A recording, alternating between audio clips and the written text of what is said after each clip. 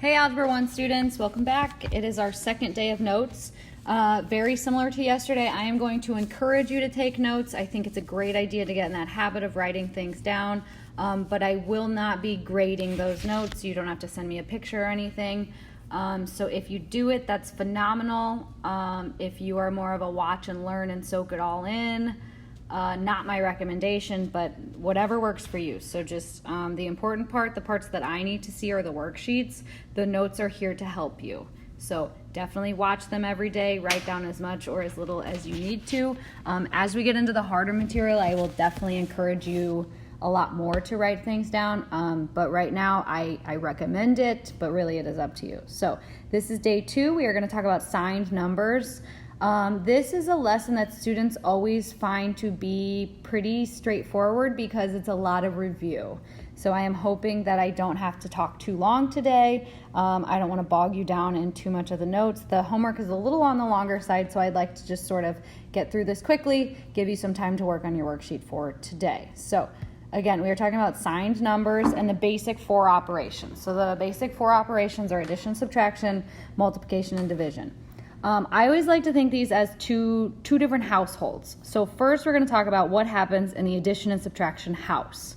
So this is sort of like, you know, when you're at your house, you maybe follow a different set of rules than when you go to grandma and grandma's house, grandma and grandpa's house. So if you, let's say you're at your house and you pick up the milk carton and you drink straight out of it, which we're not allowed to do in my house, but everyone has different rules. That is not necessarily something that you can go over to your grandma's house and do, or your neighbor's house and do. So I like to think of these as different households, different sets of rules. You cannot use the addition and subtraction house rules when you go to the multiplying and dividing house.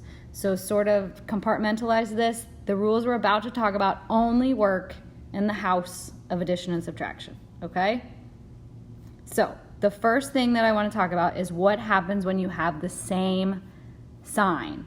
So the same sign with a plus sign in the middle, you add the numbers and you keep that sign, okay? Now, it's interesting because the same rule works if you have a negative and a minus. So a lot of students, you'll see them do this. They just change the minus sign to a plus sign and then kick that negative over with the 3. If that helps you to do that, go for it. If you want to keep it like this, that's fine too. So you're already at a -7 and we're taking away 3 more, or we're adding a -3 more. These signs are the same. You add the numbers, the 3 and the 7, you keep the sign, okay? So either way you want to look at it, both of these would give you a result of -10.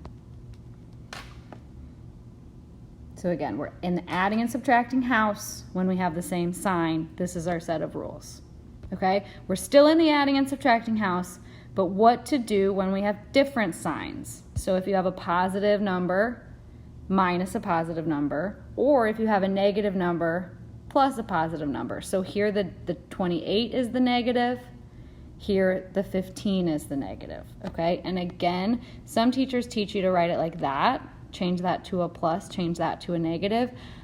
If that helps you, go for it. A lot of students just do this right in their heads, okay? So what happens when the signs are different? When the signs are different, you use the sign of the larger number, okay? So if you have 13 and 28, which one would be the larger number? Well, obviously the 28 is the larger number. So in your head, you need to think of 28 minus 13. So I'm going to write that off to the side. The arithmetic that I'm doing is 28 minus 13, okay? And 28 take away 13 is 15. But which one did I have more of? Did I have more positives or did I have more negatives? Well, I had more negatives. So my final answer is actually -15, okay? This is just my side work. You can do this in your head if you want, and then sort your signs out when you're done. You keep the sign of the number that was larger. So 13 and 28, the 28 is larger. That's the one that was negative, or that's the one that was minus. So my overall answer has a negative sign, okay? A lot of people also think of this one as you're taking away more than you started with. So if you start at a positive 13 and you take away 28, let's say we're talking about money. You have $13 in your bank account and you spend $28. Well, now you're in the hole $15. Okay, so that's why that one ends up being a negative. Similar idea here, we have to decide which number is larger. Do I have more negatives or do I have more positives? Well, if I'm comparing 15 and 4, 15 is obviously the larger number. So I'm going to find the difference between these two numbers. I'm going to keep the sign of the larger number. So in my head or off to the side, I need to figure out what 15 take away 14 is. Well, that's 11. However, I started with more negatives. I'm more negatively charged here. So I have a negative 11 as my answer. So that was just a really quick review of adding and subtracting with signed numbers. Now, I mentioned it earlier. We're moving to a new house now, okay? So I am at, my house. I can leave my muddy shoes on and walk around everywhere I want. I'm about to go to my neighbors and they make me take my shoes off at the door. So that's what I mean by different houses have different rules. So we're going to the multiplication and the division house now. All the rules I used to know from the adding and subtracting house, those are gone. We don't care which number is bigger. We don't need to see if the signs are the same or different and keep that sign. That's not how it's going to work here, okay? So new house, new rules. We are in the multiplying and dividing house. We need the multiplying and dividing house rules. So the rules here are when you have an odd number of negative signs, your answer is negative. So let's say we're only multiplying two numbers. Let's do negative 2 times 4. I have one negative sign. That's an odd number of negative signs. My answer is going to be negative, and then you just multiply the numbers, negative 8. Okay? Same thing if you're multiplying 3 numbers. Let's just add another one. Negative 2 times, we'll just say 2 times 3. So I still have one negative sign. So I have an odd number of negatives. When I multiply these numbers, my overall answer is going to be negative. And then actually work through the numbers. So 2 times 2 is 4, times 3 would be negative 12. Okay? It's cool though, because once you figure out the pattern, you can kind of do shortcuts. So let's just say I made all of these negative. Well, that's still 3 negatives. That's an odd number of negative signs. My overall answer is negative, okay? Now, the next rule, if you have an even number of negative signs, your answer is positive. So the obvious, easy, the most popular example would just be 2 negatives. A negative times a negative is a positive. Okay, or a positive times a positive is a positive because we have no negative signs. All right, it works too if you have, let's say, 4 numbers, and I'm going to just give you a little preview of exponents. So let's say I have 4 negative 1s. That's an even number of negatives.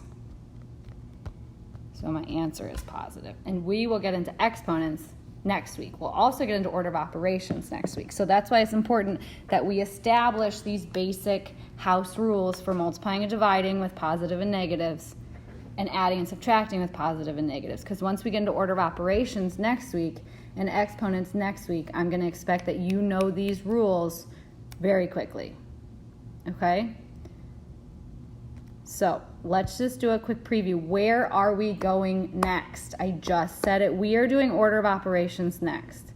So we're going to talk about grouping symbols, exponents, and how the number of negatives affects our overall answer here. We're going to multiply and divide. Then we're going to add, subtract. Okay? So we've talked about almost all of these things already today, probably not parentheses. But you need to be familiar with these signs before we get there. So like I said, I'm hoping you guys think today is a nice, easy review lesson. If not, that's fine too. Just work through it, work through the homework. I'm actually going to show you the homework here in just a second. So here is your homework. So you can see that your homework is a little bit on the longer side, and it's because for 2 reasons. These problems go pretty quickly.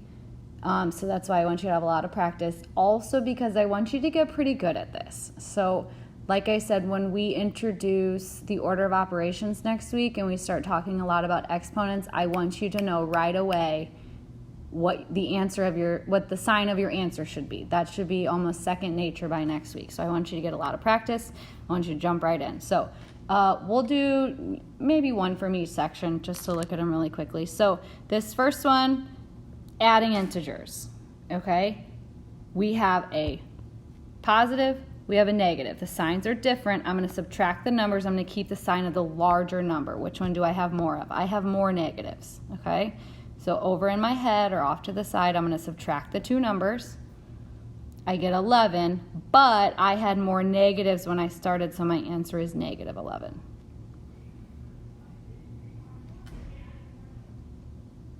All right, if you go down to the subtraction section, so here the signs are different. I have a positive and then a minus, or you can think of it as a 1 plus a negative 3. Either way you think of it, the signs are different. So I'm going to subtract the numbers, keep the sign of the larger number. So I have more negatives than I do positives. So when I find the difference, my answer is going to end up being negative, and the difference here is negative 2. Or you can think about it as, well, I'm starting at positive 1, and I'm taking away 3, so I'm going into the negative. Okay? I'm actually going to look at 2 from this section because we didn't really cover this. What happens when you subtract a negative? So a minus negative actually becomes a positive, okay? So this is like negative 7 plus 1. So now the signs are different. I'm going to subtract the numbers. So 7 take away 1 is 6. However, I started with more negatives, so my overall answer is negative 6. All right, let's go ahead and scroll down.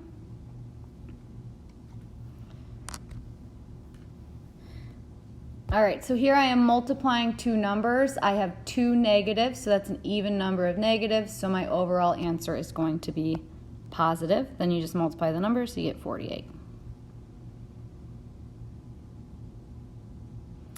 All right, let's find one with, all right, let's look at number 7. So we have, where's my little arrow? Right here. So we have an odd number of negatives, right? We have a negative times a positive. So my overall answer here is going to be negative, and then you can actually do the numbers. So 2 times 6 is 12.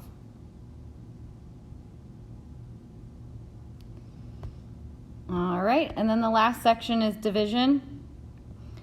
So on that first one, we have 1 negative sign, so that's an odd number of negatives. So I know my overall answer is going to be negative, and then you can just divide those numbers. You get a negative 8. Okay, so this is your homework assignment. This will also be found in the Google Classroom classwork section. Just like yesterday, if you want to print this out and go write on the paper, that's fine. If you have a way to write on it electronically, sort of like I'm doing, I don't know what technology you guys have. If you have a way to do that and you want to just attach that to the assignment, that's fine. I think the easiest way to do this one would just be to copy these problems into your notebook, write the answers right in your notebook, take a picture, and send me the picture through Google Classroom through that assignment. Just upload the picture, submit the assignment to me, and I will get it that way. I will grade the assignment for you. You should see it go into the grade book this weekend. All of these assignments are due Friday by 4, so just make sure that you upload it in whatever manner you choose, submit it to me by 4. I will grade it, and I will let you know how you guys are doing. This is our last set of notes for this week. Tomorrow we are doing the STAR test, so just make sure you log into Google Classroom at some point tomorrow. I will give you directions on how to take the STAR test. You'll take it right at home, and then we'll also have our Friday finisher tomorrow, so look for that in your Google Classroom stream. And then I will talk to you then. Thanks. Bye.